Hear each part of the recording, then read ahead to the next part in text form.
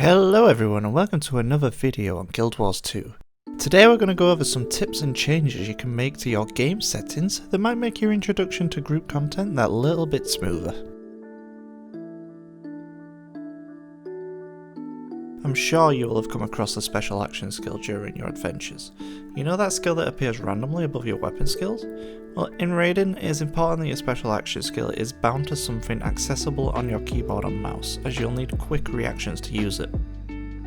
You may need to use it to throw a bomb and launch someone from a jump pad, or you may need to place a shield down to protect your group.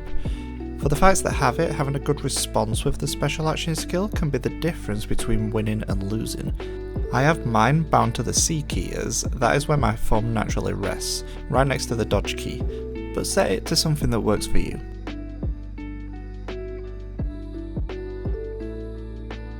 In your options, you'll have the ability to turn on thick party health bars. When turned on, you'll notice that everyone in your subgroup will have a thicker green bar under their name. This is especially useful for anyone who plays supports, as you know who you are responsible for healing and providing boons to, but I recommend everyone turning it on regardless. A lot of fights will have you split out into two different groups, and having this turned on you can easily spot if you've gone to the right place, and also spot anyone that's gone to the wrong place. A lot of the raid bosses in this game have attacks that might not happen where the boss is standing. It's important to zoom your camera out by increasing the field of view slider so you can see everything clearly.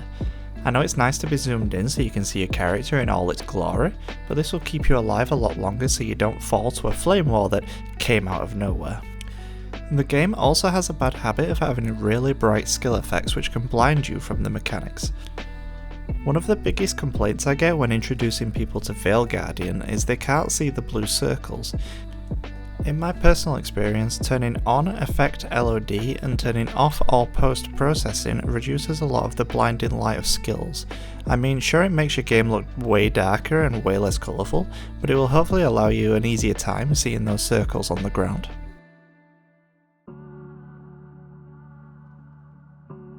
Up next is a pretty common one, but I'm throwing it in here anyway. Knowing how many seconds you have before a skill is available again is huge.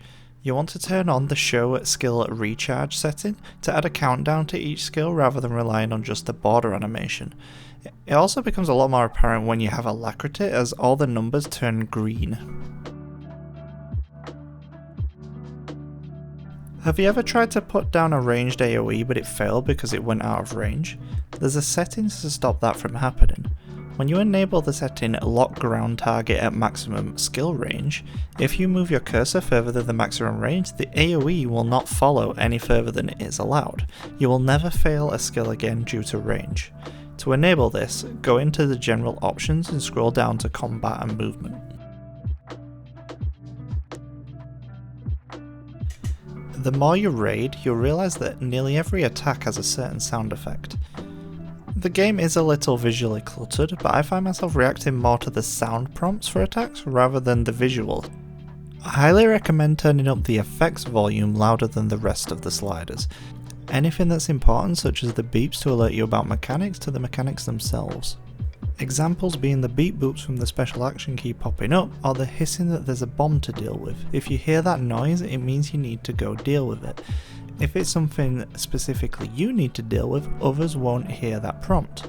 Having those alerts louder than the rest is super helpful. And that wraps up all my tips for this video. If you found these helpful, I would appreciate if you could drop a like, and if you want to see more, make sure you subscribe to see future videos. If there are any tips you'd like to share, make sure you drop them down in the comments, and I hope to see you in game. Bye bye for now.